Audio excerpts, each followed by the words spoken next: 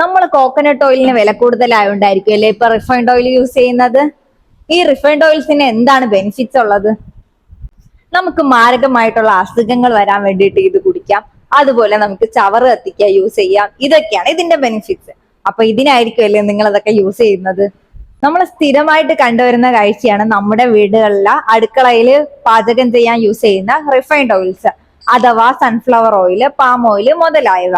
അതുപോലെ തന്നെ നമ്മൾ ടേസ്റ്റിയോട് കൂടി കഴിക്കുന്ന ഫാസ്റ്റ് ഫുഡ് ഉണ്ടാക്കുന്ന ഹോട്ടലുകളില് ഇവിടെയൊക്കെ യൂസ് ചെയ്യുന്നതും റിഫൈൻഡ് ഓയിൽസ് ആണ്. എന്തുകൊണ്ട് ഞങ്ങൾ ഈ റിഫൈൻഡ് ഓയിലിനെ കുറ്റം പറയുന്നു? അത് നിങ്ങളുടെ ഹെൽത്തിന് വേണ്ടിയിട്ടാണ്.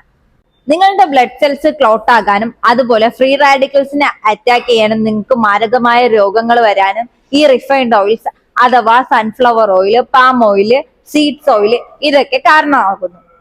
ഇത്തരത്തിലുള്ള ഓയിലുകൾ ഒരു ഹീറ്റിംഗ് ടെമ്പറേച്ചർ കടന്നു കഴിഞ്ഞാൽ അതെല്ലാം ഹാനികരം തന്നെയാണ് നമ്മുടെ ബോഡിക്ക്. അതുകൊണ്ട് നിങ്ങൾ തിരഞ്ഞെടുക്കേണ്ടത് എപ്പോഴും ഗുഡ് ഫാറ്റ് ആയിരിക്കണം.